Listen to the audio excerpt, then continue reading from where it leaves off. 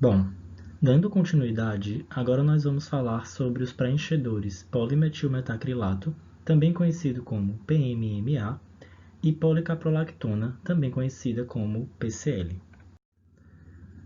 O polimetilmetacrilato é um biopolímero que foi desenvolvido para realizar um aumento tecidual para fins estéticos e utilizado também para a reposição de volumes teciduais perdidos, como para o preenchimento de sulcos e rugas. Foi aprovado pela primeira vez um preenchedor facial permanente que contém microesferas de PMMA suspensas em colágeno bovino pela FDA, Food and Drug Administration, no ano de 2006, na época estritamente para aplicações nas pregas nasolabiais. Entre os materiais utilizados para tais procedimentos, o polimetilmetacrilato PMMA é popular pelo seu baixo custo e pela sua facilidade na técnica de aplicação e no acesso. Dentre as reações ao material, a mais comumente observada é uma formação granulomatosa, que consiste em uma reação inflamatória crônica encapsulada em torno do material de preenchimento permanente aplicado. O interessante nesses casos é que dificilmente a lesão ocorre bilateralmente, mesmo que usualmente a aplicação do material de preenchimento seja realizada de ambos os lados. Para tentar evitar a fagocitose e, consequentemente, o desenvolvimento desses granulomas de corpo estranho, foram desenvolvidas partículas maiores, de 30 a 60 micrômetros, em comparação aos 20 micrômetros no PMMA de primeira geração. Acresça-se a isso, o PMMA é o único preenchedor permanente disponível no mercado. A obtenção do PMMA ocorre pelo processo de polimerização do metilmetacrilato e que possui propriedades importantes como a alta resistência à tração, à compressão, à flexão e à hidrólise. Os grupos metil CH3 livres presentes evitam que as cadeias do polímero girem livremente em torno das ligações carbono-carbono. Na estrutura do preenchedor, o colágeno bovino mantém o volume do material injetado até a sua completa absorção e substituição por colágeno próprio do paciente. Como o polimetilmetacrilato não é metabolizado, a sua permanência no tecido, associada à consequente deposição de novo colágeno, mantém a integridade do preenchimento ao longo dos anos.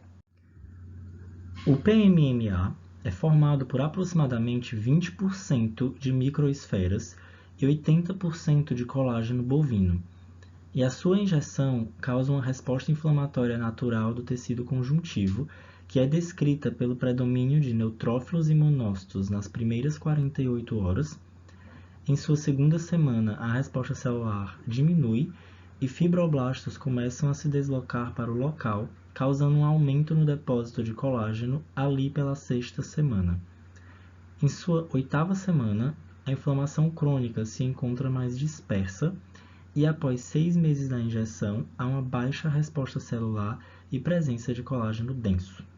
Portanto, histologicamente após cerca de 3 meses, todas as microesferas de PMMA estão completamente encapsuladas, cercadas por fibroblastos e tecido conjuntivo. Souza e colaboradores descrevem que o polimetilmetacrilato é geralmente recomendado para a correção de lipodistrofia pelo uso de drogas antirretrovirais por pacientes HIV positivo, também para contorno facial, linhas da glabela, pregas nasolabiais, correção de rugas e preenchimento dos lábios e da região malar. De contraindicação, a presença de processos inflamatórios próximos à região de interesse, a utilização em rugas dinâmicas e para pacientes alérgicos a compostos xenogênicos, no caso do colágeno bovino. A aplicação clínica do preenchedor PMMA deve ser na camada submucosa da pele. É injetado em uma ou duas ocasiões por tunelamento de uma agulha de calibre 26 a 30 gauge. O volume de material a ser injetado varia de acordo com o local e o defeito a ser corrigido. Lemperle, em revisão de literatura, preconiza a utilização da técnica de tunelização para minimizar os efeitos adversos. Esta técnica consiste na localização do plano correto para a injeção do material. Uma vez que a espessura da derme facial varia entre 0,4 e 1,2 mm, o uso de microagulhas 26 gauge permite alcançar a penetração adequada para estabelecer o plano correto para injeção. Esta técnica minimiza o trauma e evita a criação de hematomas intradérmicos. Deve-se seguir alguns passos para uma aplicação correta. Antes de inserir a agulha, deve-se esticar a pele para criar uma superfície firme. A agulha é introduzida na região subdérmica, entre a epiderme e a camada de gordura subcutânea, em um ângulo de aproximadamente 10 graus. Em seguida, deve-se retirar a agulha ao longo do trajeto da ruga e aplicar o material de maneira contínua e pressão constante. Se a inserção da agulha for muito superficial, ela fica visível através da pele e há um branqueamento dos tecidos adjacentes, indicando a colocação em local impróprio. Já se a inserção da agulha for muito profunda, esta irá estourar a gordura subcutânea e nenhuma resistência será sentida ao injetar o material preenchedor, também indicando uma inserção incorreta. Na inserção correta da agulha, será possível puxar a derme superficialmente, causando uma crista.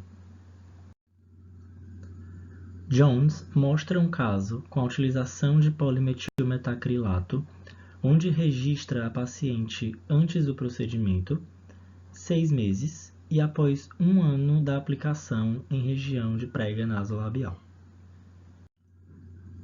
Entre as complicações, hematomas podem ocorrer se o paciente ingerir álcool, fármacos do grupo dos antiagregantes plaquetares, vitamina E, dias antes ou depois da implantação. Essa complicação geralmente se resolve espontaneamente entre 2 a 7 dias. Mais ou menos 1 semana após a implantação, um inchaço surge na região, mas que pode ser amenizado usando gelo e compressa após a implantação. Coceira e eritema são frequentemente tratados com aplicações tópicas ou intradérmicas de corticoides. Eritema persistente pode ser prevenido evitando o consumo de álcool, exposição ao sol e exercícios durante os primeiros dias após o procedimento. Um protocolo para tratar eritema grave causado por preenchimento de PMMA ainda não foi estabelecido. A necrose do tecido é uma complicação rara, mas relevante, que pode acontecer imediatamente após a injeção intravascular do preenchimento ou devido à compressão excessiva dos vasos sanguíneos situados próximos ao local da aplicação. A região de maior risco é ao redor do vermelhidão do lábio e da mucosa labial. De forma mais tardia, as microesferas de PMMA, embora inertes, podem produzir mais raramente um granuloma, cerca de 6 a 24 meses após a implantação do preenchimento. Isso ocorre por propriedades químicas e físicas do produto, volume de injeção e infecção ou trauma anterior. O intervalo de tempo de tratamento é determinado pela gravidade da lesão. A maioria dos acontecimentos indesejáveis está relacionada a uma técnica cirúrgica inadequada em vez da composição do enchimento. Por isso, profissionais que não são bem treinados e qualificados não devem realizar o procedimento. Aqui podemos ver, ao lado esquerdo, um exemplo de reação inflamatória devido a uma inserção incorreta superficial, e ao lado direito, uma reação granulomatosa em preenchimento de lábio. Agora vamos falar sobre a policaprolactona, ou PCL. Este preenchedor é um polímero biodegradável com melhores propriedades viscoelásticas do que outros polímeros e, portanto, fácil de fabricar e manipular. É mais econômico e tem um tempo de ação mais longo do que outros produtos usados na estética, podendo chegar até 4 anos. Assim como o PMMA, suas microesferas são de 25 a 50 micrômetros, dessa forma ficam mais protegidas contra a fagocitose.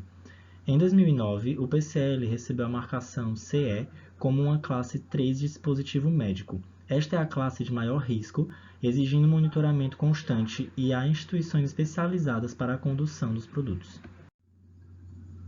A policaprolactona é um polímero formado por um poliéster alifático e é biocompatível, biodegradável e bioreabsorvível, que correspondem à degradação do produto e à sua total eliminação do corpo. A policaprolactona foi sintetizada pela primeira vez no início da década de 30 pela polimerização de abertura de anel do monômero cíclico da caprolactona. Possui uma boa resistência química e quanto maior o comprimento de sua cadeia, maior o seu tempo de degradação, o que varia de acordo com o produto, sendo de 1 ano para o PCL-S, 2 anos para o M, 3 para o L e 4 anos para o E. A biodegradação e a bioreabsorção ocorrem via hidrólise das ligações éster e levando a gás carbônico e água como produtos finais, que são completamente eliminados pelo organismo. Diferente do PMMA, as microesferas de PCL estão suspensas em gel de carboximetilcelulose, ou CMC. O CMC é um derivado da celulose não tóxico bastante conhecido e utilizado. Além disso, CMC é responsável pelo efeito imediato, enquanto as microesferas são para o efeito sustentado pela produção de colágeno. O consumo do gel por macrófagos é acompanhado da ocupação dos espaços por colágeno próprio, que, incorporado às microesferas de PCL, vão interagir com o ambiente celular e levar ao prolongamento do efeito do preenchedor. Kristen e colaboradores descrevem que a policaprolactona é geralmente recomendada para restauração de volume, redefinição de contorno, redução de rugas e rejuvenescimento da pele. Em contraindicação é quando o paciente possui histórico de preenchimento com produtos permanentes, além de que se pede para evitar áreas como os lábios, glabela e região periorbital. A aplicação clínica do preenchedor PCL deve ser na camada submucosa da pele para correção de condições faciais relacionadas à idade. Não foram reportados efeitos adversos graves pela aplicação de policaprolactona. As propriedades reológicas com alta elasticidade contribuem para uma colocação no tecido com distribuição uniforme das microesferas, evitando a migração destas. O efeito imediato é acompanhado de um efeito sustentado graças à produção de colágeno, que, incorporado às microesferas de PCL, vão interagir com o ambiente celular. A deposição de colágeno leva ao prolongamento do efeito. A indução de colágeno pelo preenchedor PCL segue a cascata de cura, caracterizada pelas fases de inflamação, proliferação e remodelação. Há uma formação de tecido de granulação constituído por vasos sanguíneos neoformados, tecido conjuntivo e leucócitos, e o surgimento precoce de colágeno tipo 3, que é em seguida substituído pela produção e deposição de colágeno tipo 1 de longo prazo, na fase de remodelação. Lin apresenta um caso em que demonstra mudanças de volume em múltiplas áreas, com uma clara mudança no formato do rosto, de mais arredondado no antes, para uma forma de um triângulo invertido em análise após 3 meses da utilização do preenchedor. Moore, Scarpe e colaboradores apresentaram 2 casos, onde foi aplicado PCL-M nas pregas nasolabiais da paciente à esquerda, de 57 anos, onde mesmo após 2 anos da aplicação, os resultados são satisfatórios. No paciente da direita, de 49 anos, foi aplicado PCL-S nas pregas nasolabiais, onde também apresentou resultados satisfatórios mesmo após 1 ano da aplicação. Algumas reações imediatas relacionadas à injeção são reportadas, principalmente hematoma, inchaço e edema, mas são geralmente leves e resolvem espontaneamente dentro de alguns dias. 2 efeitos adversos tardios foram atribuídos ao preenchedor PCL. Um caso de um nódulo subcutâneo após 18 meses em um lado da prega nasolabial, que resolveu após injeção de corticoide. E o outro foi um caso de induração nas duas pregas nasolabiais, que desapareceram espontaneamente. Desde o seu lançamento em 2009, foi criado um sistema global de vigilância para garantir o acompanhamento e a notificação de efeitos adversos. A análise de dados coletadas de 2009 até dezembro de 2017 providencia uma boa imagem da segurança da policaprolactona. Durante esse período, 355 efeitos adversos foram notificados, enquanto mais de 600 mil seringas foram utilizadas.